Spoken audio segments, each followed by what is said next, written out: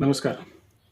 आजचा हा व्हिडिओ त्या पालकांसाठी आहे ज्यांची इच्छा आपल्या विद्यार्थ्यांना चांगल्या शाळेमध्ये शिक्षण ते पण मोफत देण्याची इच्छा आहे त्यांच्यासाठी. तर मग विद्यार्थी मित्र आणि पालकांना मोफत चांगल्या खाजगी शाळेमध्ये प्रवेश घ्यायचा आहे का? तर तुमच्यासाठी मोठी संधी आहे. तर ही संधी काय आहे पहा. RT 2026-27 चे ऑनलाईन अर्ज सुरू झालेले आहेत. हा व्हिडिओ शेवटपर्यंत पहा, कारण मी तुम्हाला बेसिक पासून संपूर्ण प्रक्रिया सांगणार आहे. RTE म्हणजे नेमकं काय?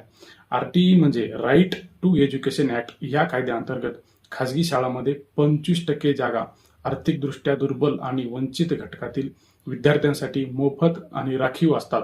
पहा किती 25% जागा ह्या आर्थिकदृष्ट्या दुर्बल आणि वंचित घटकातील विद्यार्थ्यांसाठी राखीव असतात. महाराष्ट्रातील ही प्रक्रिया school education and sport department government of Maharashtra यांच्या मार्फत राबवली जाते. तर मग याचे ऑनलाईन आवेदन सुरू झालेले आहेत. कधीपासून सुरू झालेले आहेत हे आवेदन 2 वेळेस याची तारीख पण वाढलेली आहे. याची शेवटची अंतिम तारीख आहे RTEची 2026-27 साठी याची 10 मार्च ही शेवटची तारीख आहे. चला मग यासाठी तुम्हाला काय करायचं आहे, ऑनलाईन आवेदन करायचं आहे. याच्यासाठी कसल्याही प्रकारची तुम्हाला फीस नाही आहे. अर्ज करण्याची अंतिम तारीख लक्षात ठेवा, 10 मार्च 2026 ही शेवटची तारीख आहे. चला तर मग तुमचे विद्यार्थी चांगल्या शाळेमध्ये आणि मोफत पाठवायचे असते तर तुम्हाला याची पूर्तता करावी लागेल. यासाठी तुम्हाला काही कागदपत्रांची आवश्यकता असते. मुलांचे आधार कार्ड, पालकांचे आधार कार्ड आणि रहिवासी पुरावा. तसेच जर कास्ट सर्टिफिकेट लागेल जर तुम्हाला त्याचा लाभ घ्यायचा असेल तर. अधिकृत माहिती तुम्हाला RT महाराष्ट्र एम्बेशन पोर्टल यावरती मिळेल. अर्जाची कसल्याही प्रकारची फीस नाही. परंतु पालकांनो, यामध्ये एक शासनाने 2026-27 मध्ये एक जाचक अट घातलेली आहे.